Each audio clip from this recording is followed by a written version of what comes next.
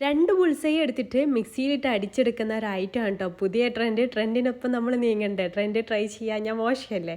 അപ്പം ഞാനിന്ന് ഉണ്ടാക്കിയെടുക്കുന്നത് ബുൾസൈ വെച്ചിട്ടുള്ള കിഡ്ലൻ ഹെൽത്തി ആയിട്ടുള്ള മയോണൈസ് ആണ് കേട്ടോ. 2 ബുൾസൈ ഉണ്ടാക്കിയെടുത്തിട്ടുണ്ട്. അത് നമുക്ക് മിക്സിയുടെ ജാറിലേക്ക് അങ്ങ് ഇട്ട് കൊടുക്കാം. മയോണൈസിനെ നമ്മൾ പല മെത്തേഡിൽ ഉണ്ടാക്കിയെടുത്തിട്ടുണ്ട്. പുഴുങ്ങിയ മുട്ട വെച്ചിട്ട്, പാല് വെച്ചിട്ട്, പിന്നെ ഉരുളക്കിഴങ്ങും പാലൊക്കെ മിക്സ് ചെയ്തിട്ട്, അങ്ങനെ പല ടൈപ്പ് ഉണ്ടായി. നോർമൽ മുട്ട വെച്ചിട്ടും ഉണ്ടാക്കിയെടുത്തിട്ടുണ്ട്. ഇതിലൊക്കെ ഒരു വെറൈറ്റിയാണ്. കുട്ടികൾക്ക് വിശ്വസിച്ച് ഹെൽത്തി ആയിട്ട് ഉണ്ടാക്കി കൊടുക്കാൻ പറ്റുന്ന ഒരു മയോണൈസാണ് കേട്ടോ. അതിലേക്ക് ഒരു ഉരുളക്കിഴങ്ങ് പുഴുങ്ങിയിട്ട് അതും ഇതിലേക്ക് അങ്ങ് ഇട്ട് കൊടുക്കാം. പിന്നെ ഒരു അരക്കപ്പ് പാല് ചേർത്ത് കൊടുക്കാം.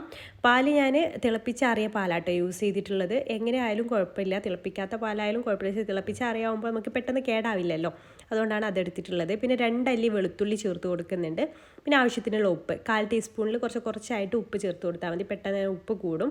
പിന്നെ ചേർത്ത് കൊടുക്കുന്നത് 3 ടേബിൾ സ്പൂണ് ഒലീവ് ഓയിലാണ് കേട്ടോ. അപ്പോൾ ഒലീവ് ഓയിലാണ് ഹെൽത്തി ഓപ്ഷൻ. അപ്പോൾ ഒലീവ് ഓയിൽ നിങ്ങളുടെ കയ്യിലില്ലാന്നുണ്ടെങ്കിൽ സൺഫ്ലവർ ഓയിൽ ചേർത്താലും മതി. എന്നാലും 3 ടേബിൾ സ്പൂൺ മതി, അതിൽ കൂടുതൽ വേണ്ട. കുറഞ്ഞ ക്വാണ്ടിറ്റി ഓയിൽ മതി എന്നാട്ടോ ഇതിൻ്റെ ഒരു പ്രത്യേകത.